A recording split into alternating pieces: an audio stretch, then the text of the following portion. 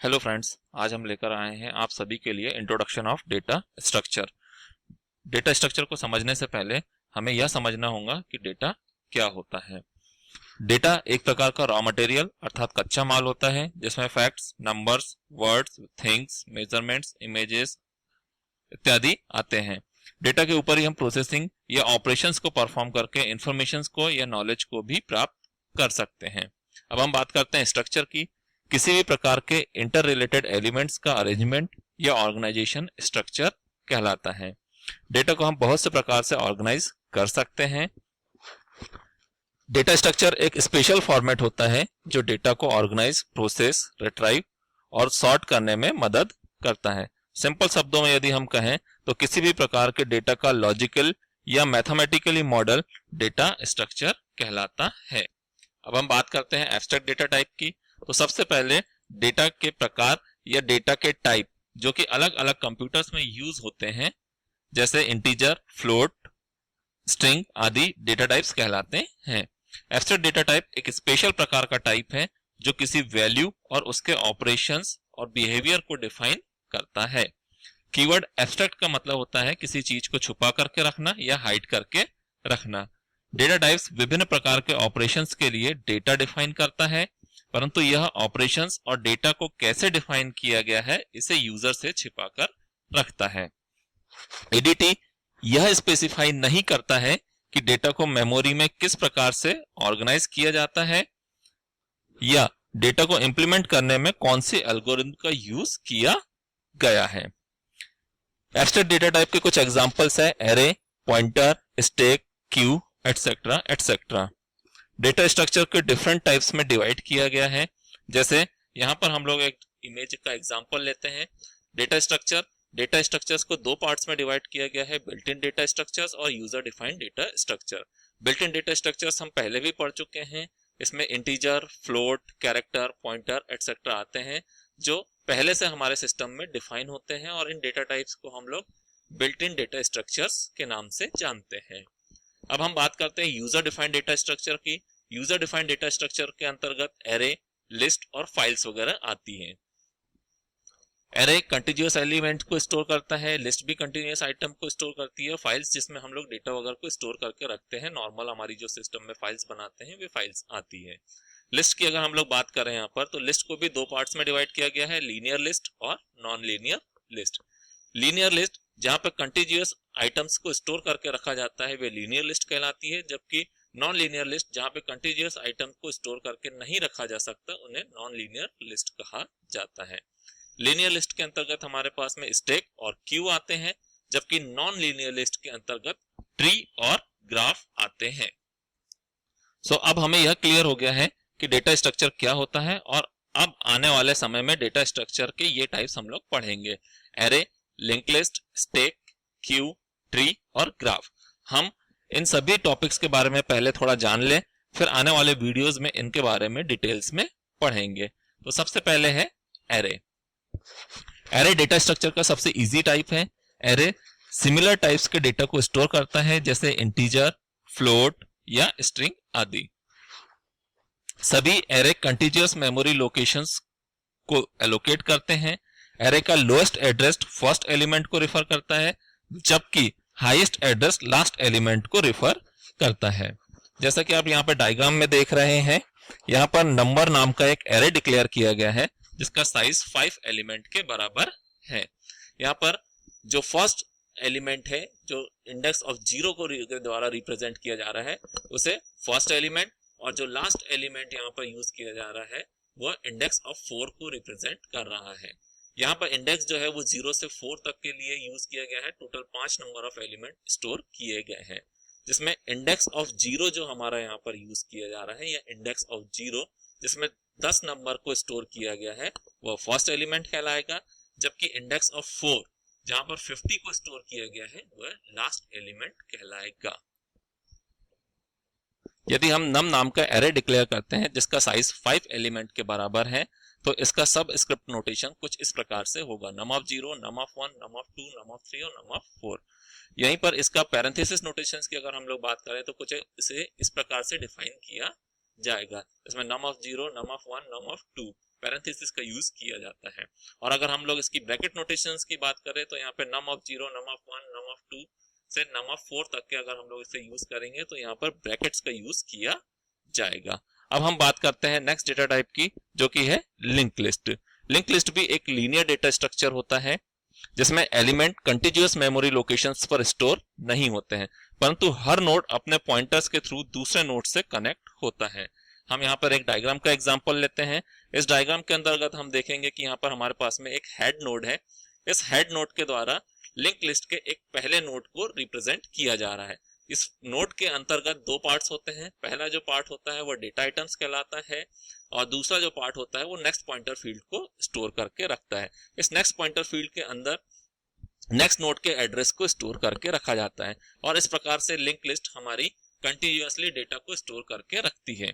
अब जब हम लोग बात करते हैं लास्ट नोड की, तो लास्ट नोड का जो नेक्स्ट पॉइंटर फील्ड होती है वह नल वैल्यू को स्टोर करके रखता है।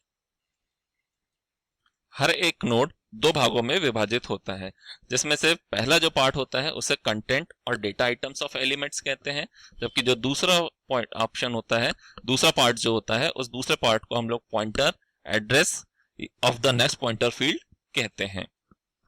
सिंपल वर्ड्स में अगर हम कहें तो लिंक लिस्ट के प्रत्येक नोड में एक डेटा फील्ड और दूसरी लिंक फील्ड होती है जो नेक्स्ट नोड को पॉइंट करती है। लिंक लिस्ट एक चेन की तरह दिखाई देती है जहां प्रत्येक नोड नेक्स्ट नोड को पॉइंट कर रहा होता है।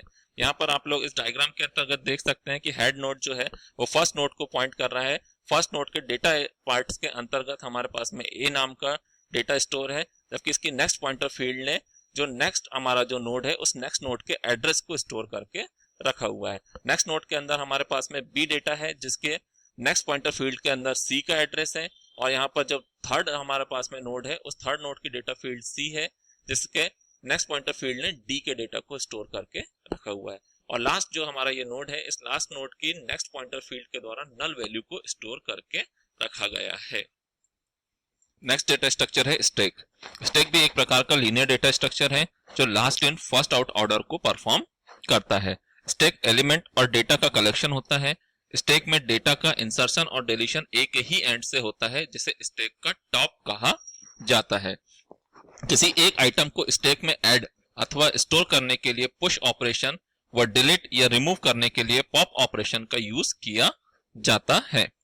पुश मेथड स्टैक की टॉप पोजीशन पर एक एलिमेंट को या एक आइटम को इंसर्ट करती है, जबकि पॉप मेथड स्टैक की टॉप पोजीशन से एक एलिमेंट को डिलीट करती है।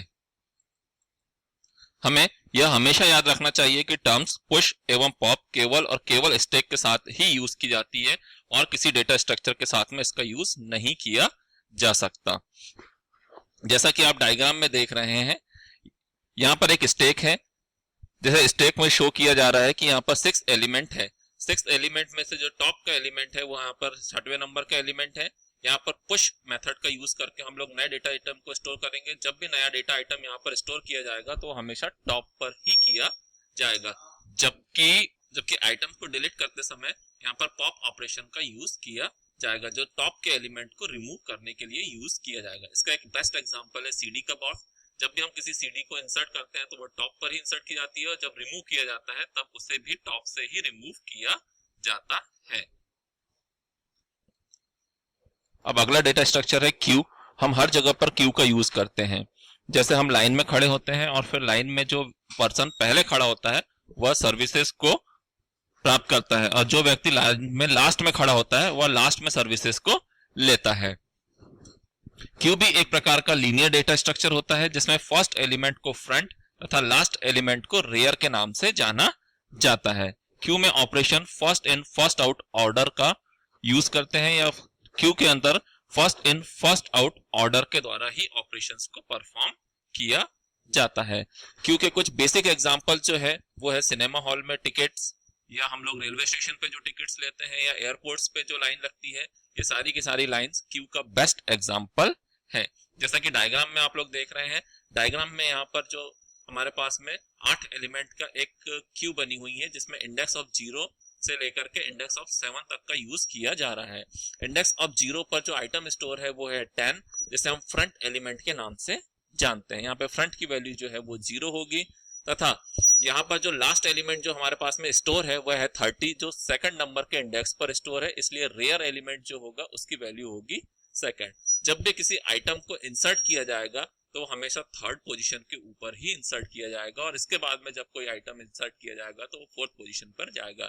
जबकि जब हम किसी आइटम को रिमूव करना चाहते हैं तो वो आइटम होगा हमारा 0 नंबर का या फ्रंट का एलिमेंट, जो कि 10th होगा, और इसे ही हम सबसे पहले रिमूव करेंगे, इसके बाद में ही हम 20 को रिमूव कर सकते हैं। नेक्स्ट डेटा स्ट्रक्चर है ट्री। ट्री भी एक सबसे ज्यादा यूज होने वाला डेटा स्ट्रक्चर है, जिसमें एलिमेंट के बीच में हायरार्चिकल रिलेशनशिप होती है। ट्री नोड्स को रिप्रेजेंट करता है जो एजेस से कनेक्ट होता है, और ट्री के प्रत्येक एलिमेंट के मध्य हायरार्चिकल रिलेशनशिप होती है। ट्री का टॉप एलिमेंट हमेशा लेवल ऑफ 0 पर रहता है, इसे हम रूट के नाम से जानते हैं, तथा नोड में प्रत्येक एलिमेंट जो सेम लेवल पर होते हैं उन्हें सिबलिंग के नाम से जाना जाता है। ट्री के एलिमेंट जो अलग लेवल्स पर होते हैं उनके मध्य में पेरेंट चाइल्ड रिलेशनशिप होती है। जैसा कि आप डायग्राम में देख रहे हैं, यहाँ पर 4 अलग अलग नोड्स हैं, ठीक है, अलग अलग ये नोड्स का यूज किया गया है जो 4 अलग अलग लेवल्स पर है, लेवल 0, लेवल 1, लेवल 2 और लेवल 3। लेवल 0 पर हमेशा रूट नोड होगा जो कि A है, इसे हम रूट नोड के नाम से जानेंगे। इसके बाद में इसके नंबर ऑफ चाइल्ड्स अलग अलग है।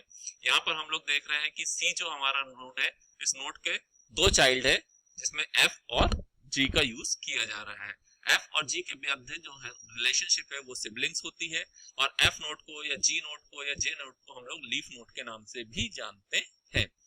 यहाँ पर अगर आप लोग देख रहे हैं D एक नोड है, इस D नोड को हम लोगों ने पेरेंट नोड कहा है, जबकि इसके जो चाइल्ड्स हैं वो H और I है, तो H को हम लोग यहाँ पे चाइल्ड नोड और D को पेरेंट नोड के नाम से जानते हैं।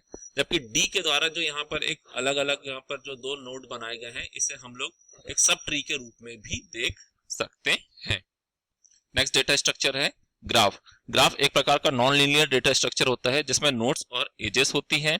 नोड्स को हम कई बार वर्टिसेस और एजेस को हम लाइन से भी रेफर करते हैं। यह एजेस और वर्टिसेस नोड्स को कनेक्ट करने के लिए यूज की जाती है। डायग्राम में एक ग्राफ को शो किया गया है जिसमें 4 नोड्स और 5 एजेस हैं। यहाँ पे नोड्स को वर्टिसेस और एजेस को लाइन भी कहा जाता है। यहाँ पर ये जो ग्राफ आपको दिखाई दे रहा है जिसमें A, B, C और D 4 नोड है, जिन्हें वर्टिसेस के नाम से जाना जाएगा, तथा यहाँ पर जो 5 एजेस आपको दिखाई दे रही है इन्हें लाइंस के नाम से जाना जाता है, जो वर्टिसेस को या नोड्स को कनेक्ट करने के लिए यूज की जाती हैं।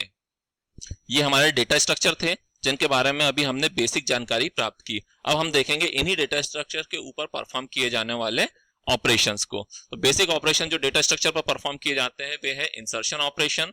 इंसर्शन का मतलब होता है किसी एक डेटा आइटम को डेटा स्ट्रक्चर में इंसर्ट करना या ऐड करना।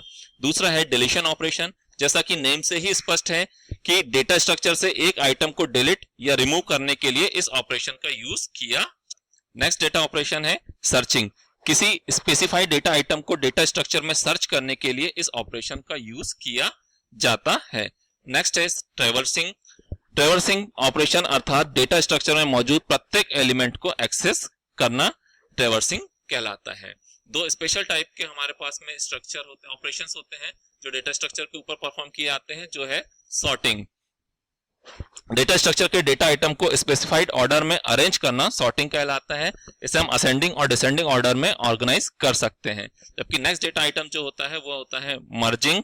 2 एक समान डेटा स्ट्रक्चर को एक डेटा स्ट्रक्चर में जोड़ना मर्जिंग कहलाता है। मर्ज होने के बाद में डेटा स्ट्रक्चर का सेम टाइप का ही होना अत्यंत आवश्यक होता है।